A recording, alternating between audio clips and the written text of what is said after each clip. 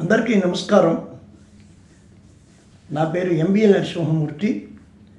మహాముని మాయ నాడీ జ్యోతిష్య పరిశోధనా కేంద్రం, అమలాపురం.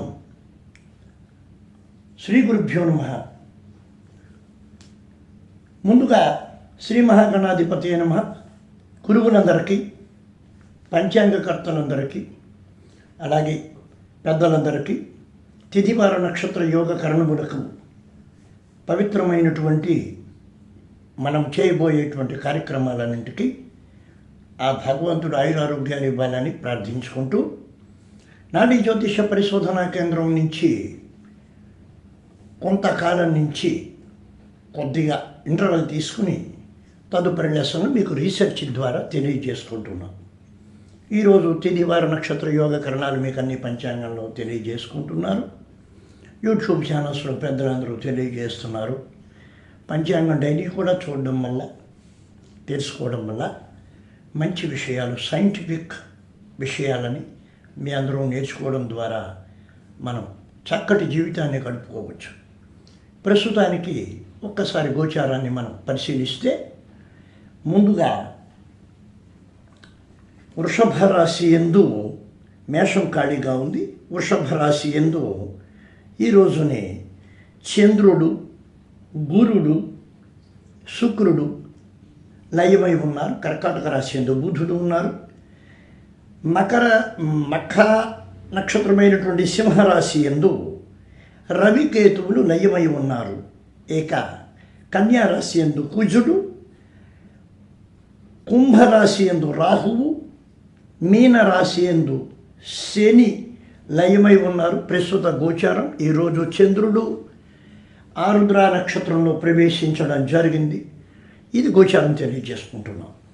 ఇక విషయాల్లోకి వస్తే, ప్రపంచమైన, దేశమైన, కుటుంబమైన, పర్సనల్ జాతకాలైన, పంచాంగమైన, తిథి వార నక్షత్రాలైన, క్షణమైన, లిప్తైన ప్రస్తుత పరిస్థితులలో చాలా వేధించేటువంటి సమస్యలు గోచార ప్రభావం వల్ల అందరి మీద కనిపిస్తున్నాయి.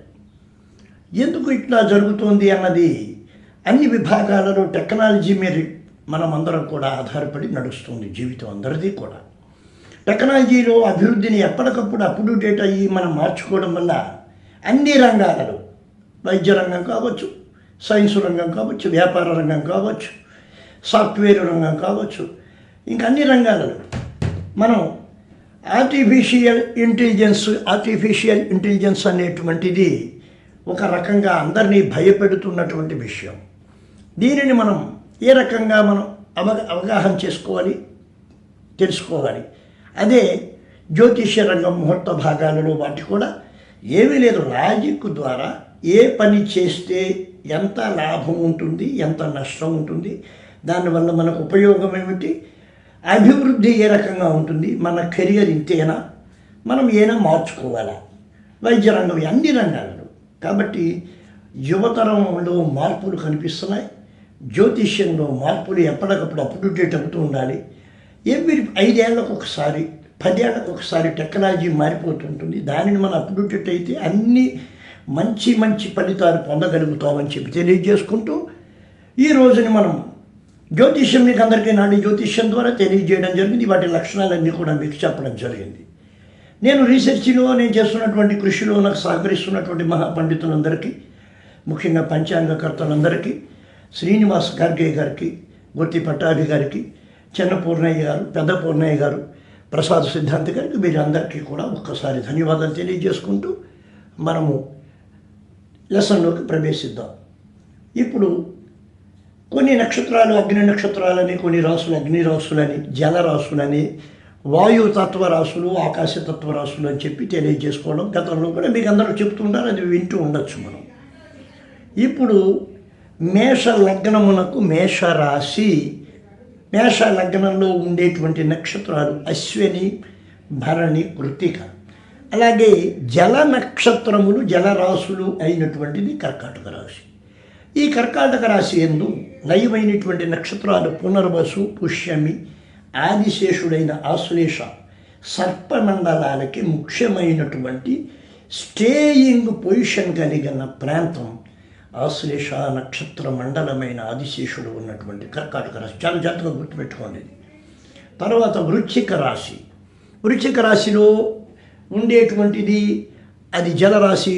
తదుపరి అందులో ఉండేటువంటి జలరాశికి ఉండేటువంటి నక్షత్రాలు ఏమిటి అంటే విశాఖ 4వ పాదము, జ్యేష్ఠ, అనురాధ 4 పాదాలు. ఇక్కడ ఉండేటువంటిది ఈ యొక్క జలరాశి. అలాగే మీన రాశి కాకుండా ముందుగా మూల, పూర్వాషాఢ, ఉత్తరాషాఢ ఆ లగ్నాలు కానీ ఆ నక్షత్రం కలిగింది. అది కూడా అగ్నితత్వ రాశి, అగ్ని మండల రాశి. అలాగే మఖ, ఉబ్బ, ఉత్తర నక్షత్రం సింహరాశి అనేది అగ్నితత్వ రాశి, అగ్ని మండల రాశి, అగ్ని లగ్నాలవి.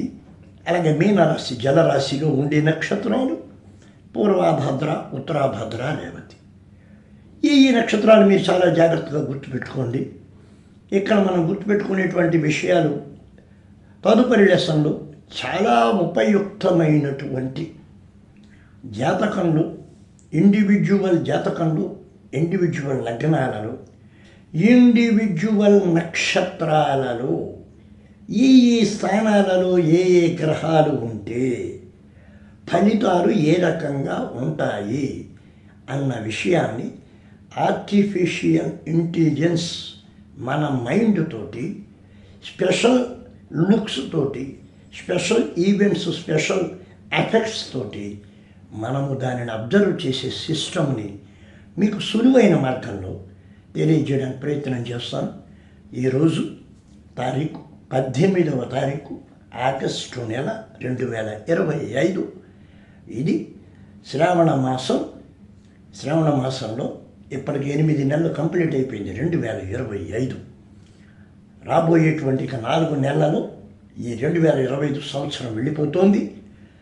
తరువాత వచ్చే సంవత్సరాలు ఎలాగుంటాయి, ఏవేవి ఉంటాయి అన్న దాని మీద చక్కగా విషయాలు సింపుల్ పర్సనల్ టాక్స్ జ్యోతిష్యం ద్వారా, నాడీ జ్యోతిష్యం ద్వారా మంచి మంచి టెక్నికల్ ఆర్టిఫిషియల్ ఇంటెలిజెన్స్ పాయింట్స్ని మీకు సులువైన మార్గంలో, అర్థమయ్యే పద్ధతిలో, అటు ఏ భాషలో అయినా మీకు తెలియజేసుకుంటానని, కొన్ని గ్రహగతుల ప్రభావము చేత, కాలసర్పయోగముల యొక్క ప్రభావము చేత, కుటుంబ పరిస్థితుల వల్ల, సామాజిక పరిస్థితుల వల్ల, ఆర్థిక సహాయ సహకారాల యొక్క పరిస్థితుల వల్ల కొంత విరామాన్ని మనం నాడీ జ్యోతిష్యం చెప్పడంలో నేను కొంత సమయం తీసుకొని రీసెర్చ్ కోసం తీసుకోవడం జరిగింది.